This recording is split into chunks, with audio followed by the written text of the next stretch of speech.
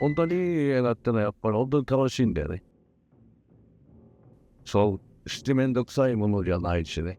本当にいい映画ってのは大変わかりやすくって面白くて。司法に備えるだけでも4、5詰めに2名、どう少なく見積もっても足を入れて7名。 Of all the films I'm going to look at in this series, this is probably the one that has been talked about the most. I can't even guarantee I won't reuse some soundbites here, especially from Kurosawa himself. It is impossible, though, to talk about the history of action and lessons learnt from the films throughout it without discussing Seven Samurai. I considered focusing more widely on Kurosawa's expansive filmography, or Japanese cinema in general, but for me, this film is too important to not focus some real time on. Luckily, a lot of what we will explore next are things I haven't seen discussed all that much, if at all.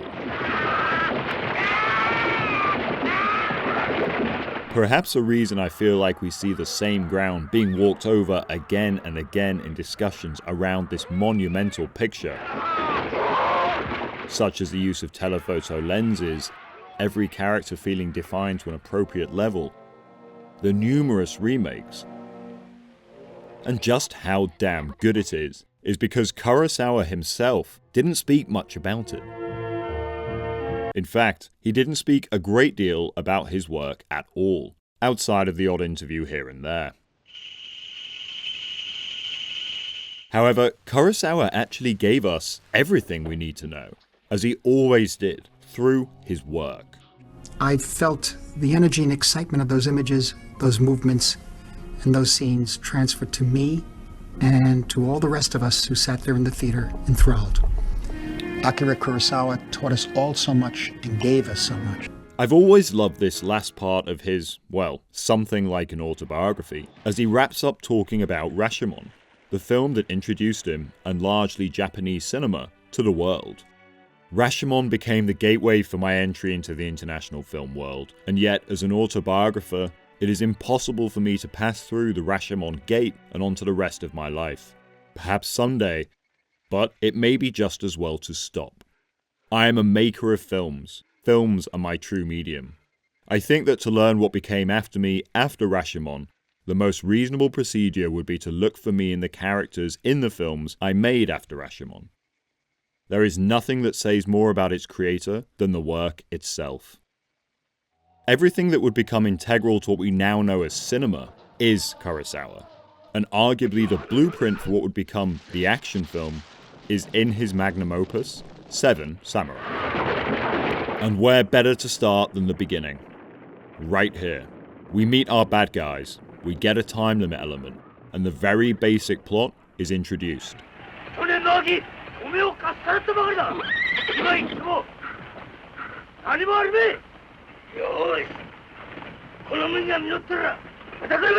Farmers are going to be attacked after their harvest by bandits, so they decide to hire protection.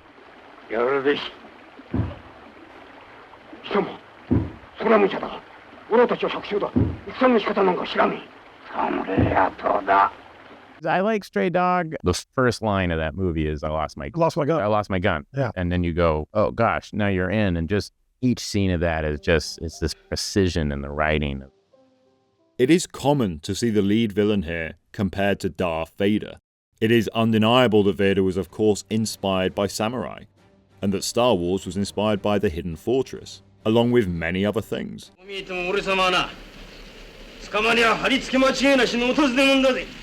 We're wanted men. I have the death sentence on 12 systems. I'll be careful.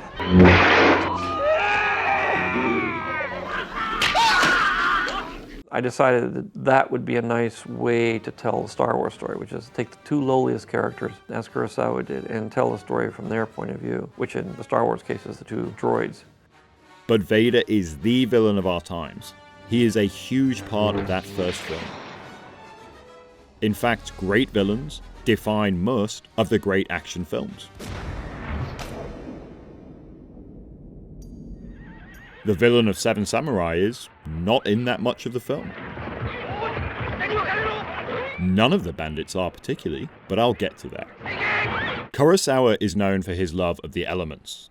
The weather is an immense part of the frame, a constant. So much in fact that a clear sky was just as conscious a choice as anything else. He believed in the power of something moving in the background of a frame, of the extra tension a layer of fog, gust of wind, or even the chirping of birds could bring to a story.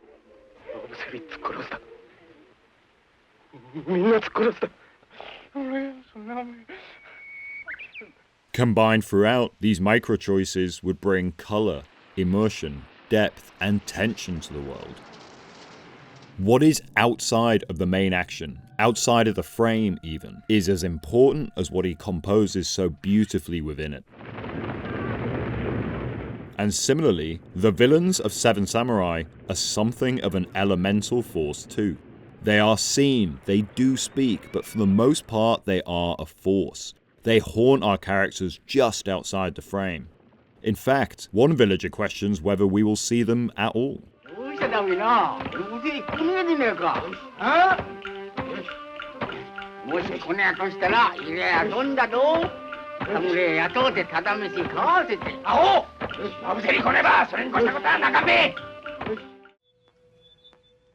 They have as much in common with the aliens of James Cameron's legendary sequel as they do human beings.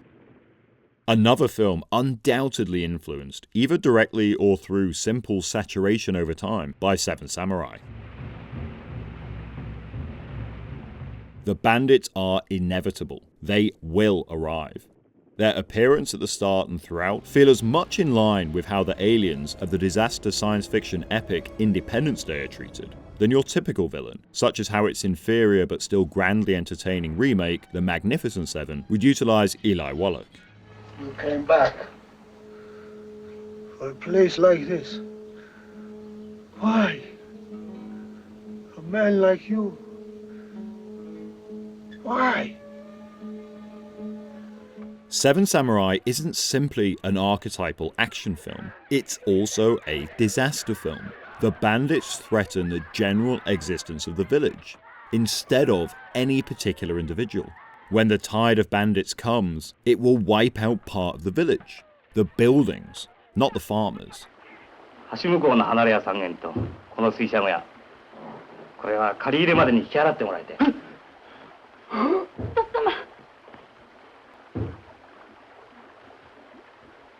つらかろうがの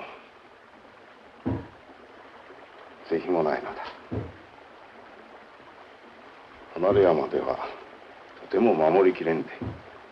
Seven Samurai is a grand ensemble, but in the tradition as much of the Towering Inferno, of the Poseidon Adventure, as it is the Magnificent Seven or its many other remakes. The sun grows the food, the ants pick the food, the grasshoppers eat the food, and the birds eat the grasshoppers. Even at its epic running time, the film dedicates more time to the farmers than the villains, and for good reason. The villains don't matter all that much. Okay, they matter, collectively, but not individually. They are a context that brings together our factions all with their own narratives, their own wants and needs, and introduces the true antagonistic force for much of this film. Distrust.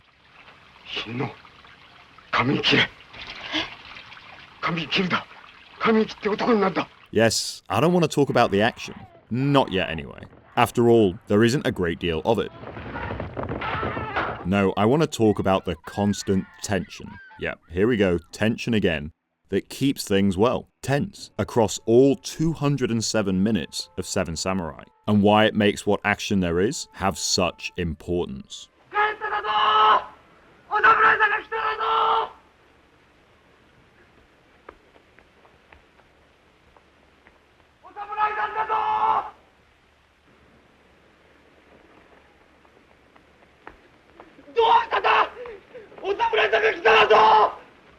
Samurai were not allowed due to rank and honor to earn their keep through what would be considered menial work.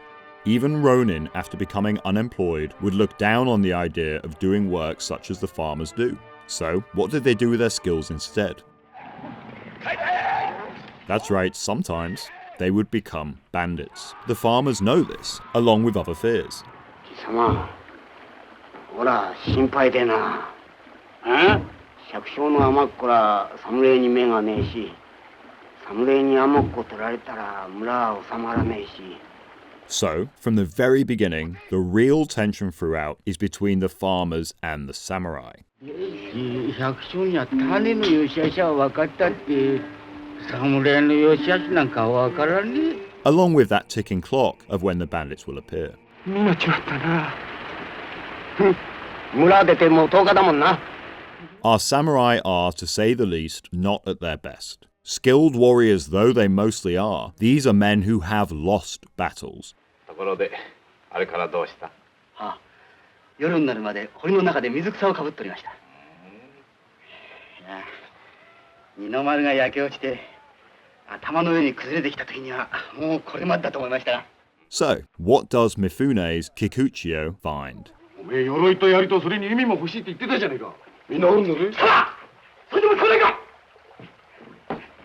この鎧は百姓が侍を突っ殺して手に入れた品物だぞ。The mistrust between these warriors and those who have hired them is a constant. The real villain for much of the running time is Manzo. He drives much of the tension outside of the action. どっから持ってきた？この村にあったのか？おう、万蔵のとこだよ。By hiding the weapons and by hiding his daughter, forcing her to pretend she is a man, to protect her from whatever he fears will happen to her at the hands of these samurai.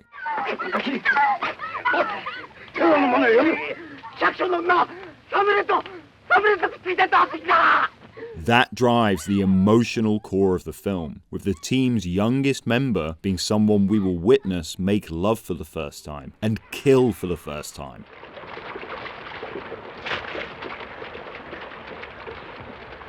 But it is the former that causes the most damage to the characters, threatening the shaky relationship built so carefully to this point. Which makes sense, in a culture at a time where shame could be a fate worse than death, something explored throughout Japanese cinema, such as in Kurosawa's contemporary, Kenji Mizoguchi's stunning picture, The Life of a Haru.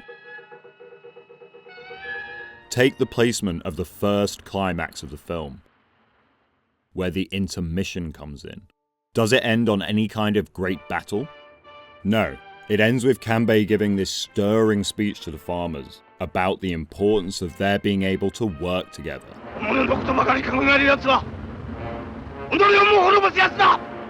This is a perfect distillation of what the film is. And it is also where the humor comes from. The humor of Seven Samurai is as important as anything else in the film. It is what brings the characters together, and it never feels added for anyone but the characters. These are not ironic, they are jokes these characters would make for each other. 黒沢さんって演技指導しませんからね、三船さんには何も。だからそのぐらい自分でも考えて、全部ね、三船さんは割とこうユーモラスなこう普段でもシャレもうまいしユーモラスな人なんで。Humor is most often about deflating tension, so utilizing it in an action scene, while sometimes very rewarding, has to be done with a certain amount of delicacy, care, and intent. You guys are so screwed now! And how do you raise the stakes in a film like this? Well, for a start, you could kill off the character, Heihachi, most known for their comic relief observations, for morale.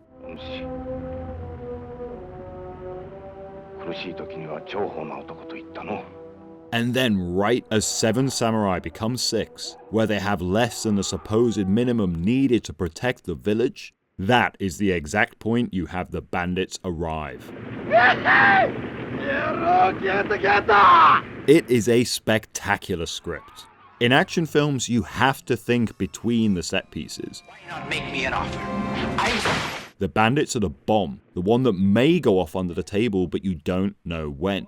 The people having the argument in the room where the bomb is under the table, that is what's important. Will they resolve their differences before the disaster reaches them? They have to be a combined front, but they cannot start as one.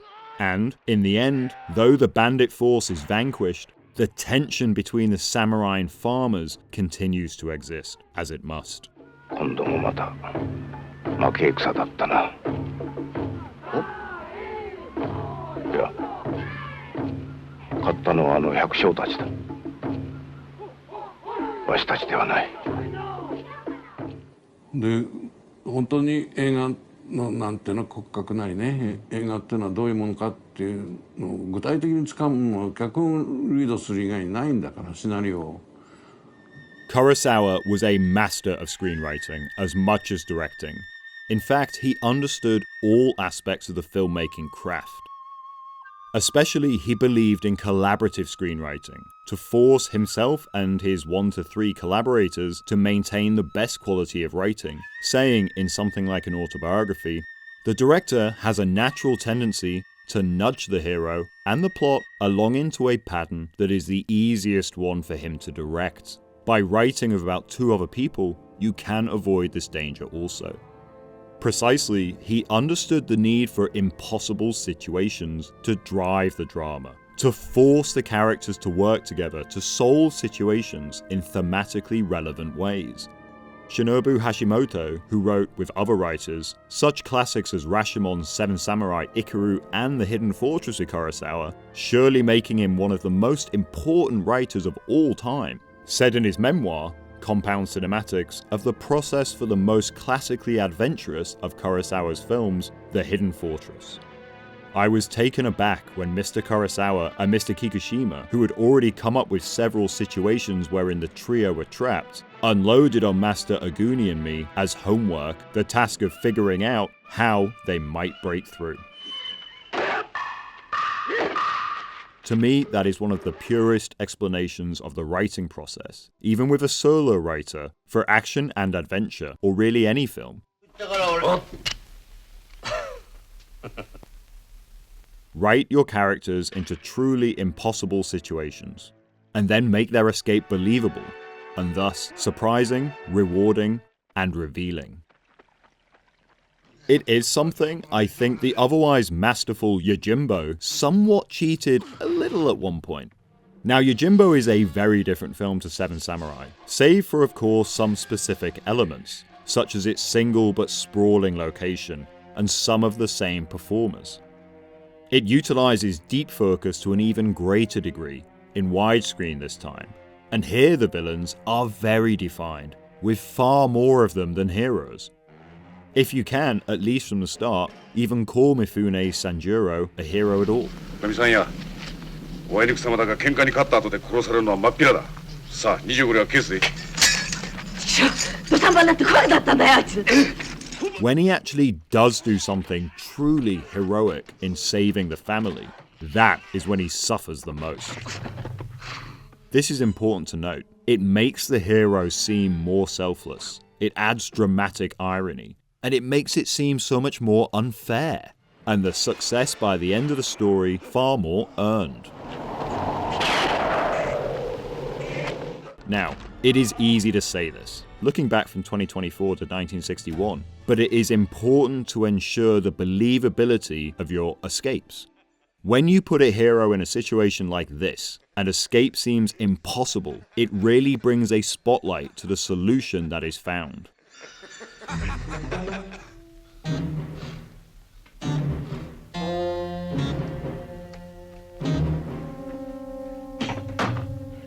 This feels just a little too easy. They don't check the oversized box in the room. It doesn't feel quite enough.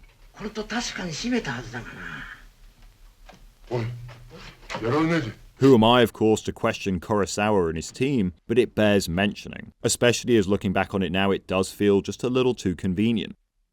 Regardless, I think what I spoke about here is an important lesson to take from an otherwise masterful film. この前を通り過ぎると同時に追い鞭をかけて村のついで挟み撃ちだ。勝負はこの一撃で決まる。Now, when the previously mentioned disaster does set in, when the impossible situation you have set up from the start, defeating these bandits with less than 7 samurai occurs, it had better be fantastic. And undoubtedly, it is. A lot has already been spoken about the compression of space that Kurosawa's use of telephoto lenses afforded him, in combination with specially constructed long sets to allow masses of light and room to actually block such action in. And that really comes into play here. The closeness of the horses to the heroes feels dangerous. And though it probably was, they also were probably far further apart than it appears in the film.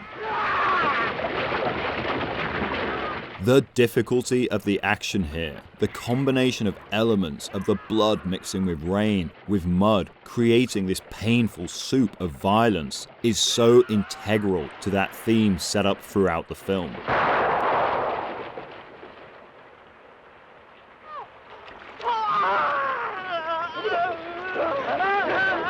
The lines between who is the righteous and the villainous is blurred, to the point that though the action here is relatively easy to follow, the ferocity of our farmers' violence especially is terrifying, sending the bandits running and shrieking in fear. Let's move back though, to the very first instance of violence, and perhaps the first instance of cutting between slow and normal motion around the same point on purpose. A choice of monumental importance, if it was indeed thought of here for the very first time. Behind you, mate. Earlier in this series, I made a complaint about Peckinpah's use of cross-cutting between slow motion and normal motion. But here, Akira Kurosawa is doing the exact same as that, with one of the most important kills of the film, and of his career, perhaps of all cinema. Why do I feel it works better? Well, disparaging Sam Peckinpah is bad enough, so I can't stretch to also doing so to Akira Kurosawa, but for me it's about intent. Not that Peckinpah didn't show intent with slow motion, he chose to film it as such. And I should make clear, I often love his use of it. It is just the use of cross-cutting between seemingly random extras, for instance, dying in slow and normal motion, essentially moving back and forward in time at any moment, that sometimes feels jarring. Here it feels like there is more of an intent, and Kurosawa, perhaps more than any other director, certainly did absolutely nothing without intention, and only to service the story and his vision.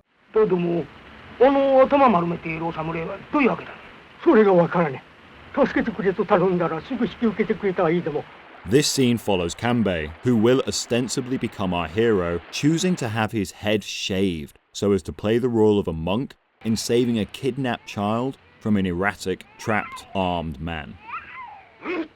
Roger Ebert wrote, "Did this scene create the long action movie tradition of opening sequences in which the hero wades into a dangerous situation unrelated to the later plot?" You like to beat up on fucking women, is that it?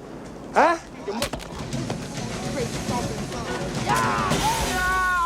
There is an ongoing debate in the world of screenwriting around the titular theory put forward by Blake Snyder in his book, Save the Cat.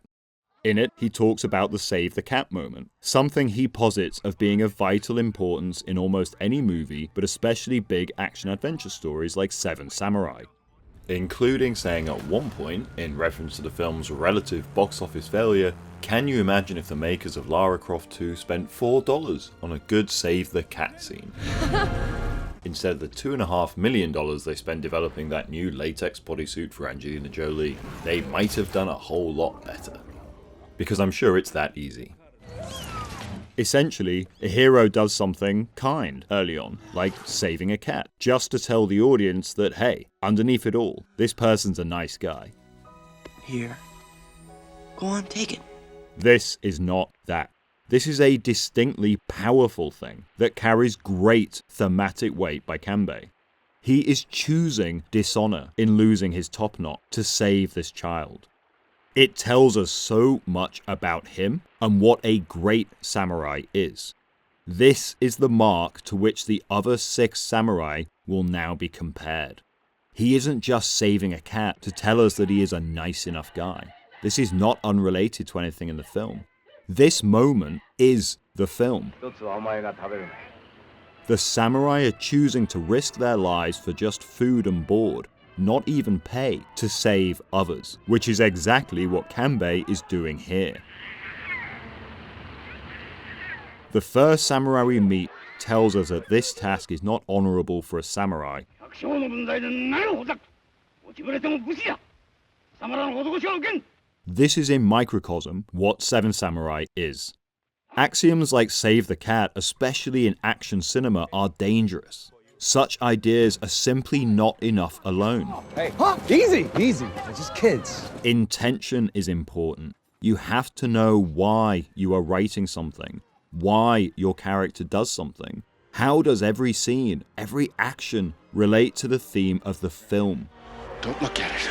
Shut your eyes, Mary, and don't look at it no matter what happens. You can have a moment like this achieve what Blake Snyder was referring to, but it has to do so much more than that too.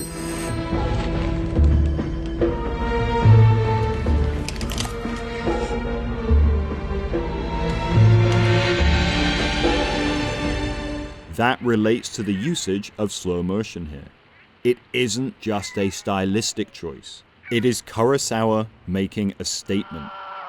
Death, something we will come to see a lot of, perhaps be desensitized to by the end of this 3.5 hour long journey, is an act of great importance. The focus on the consequence of the shocked look on the bandit's face and the fall into dirt as he passes on is monumental. We are witness, like Katsushiro, to an integral dramatic moment. What I want to make clear is, when making a series about lessons, is that these are lessons to pay attention to, but not take as written. None of this is the way you do anything.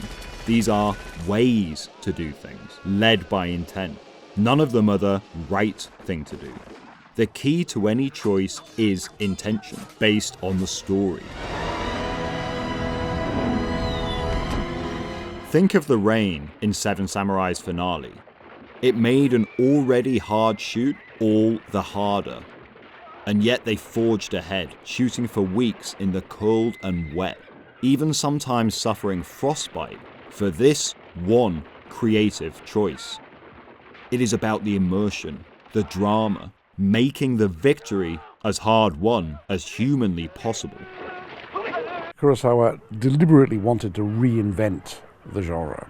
He wanted to make a Chambara film like no previous Chambara film. And most people, I think, would agree that he succeeded in doing that. An interesting story is how Kurosawa wanted to show more of the bloodletting inherent with swordplay, upping the realism, adding the sound of swords cutting flesh to the soundtracks of his films, as he was bored by the Chambara films seen up to this point in Japan.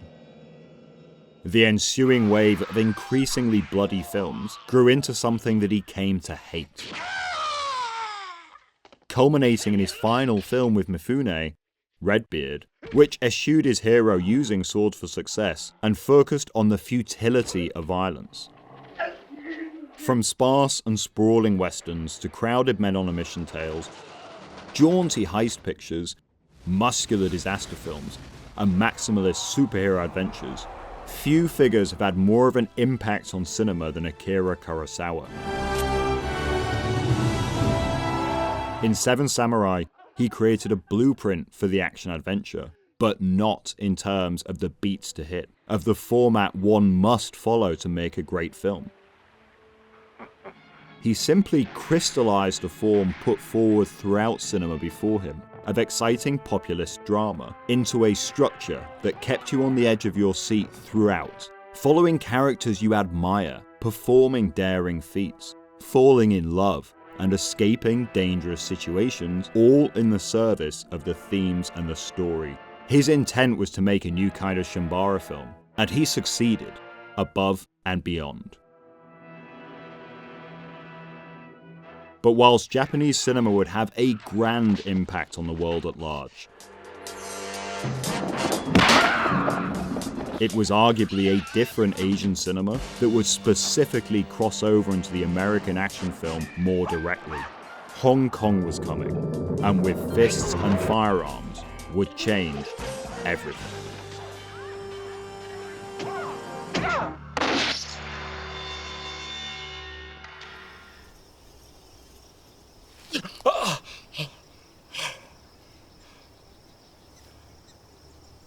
You dead yet? Hey! Hey! What?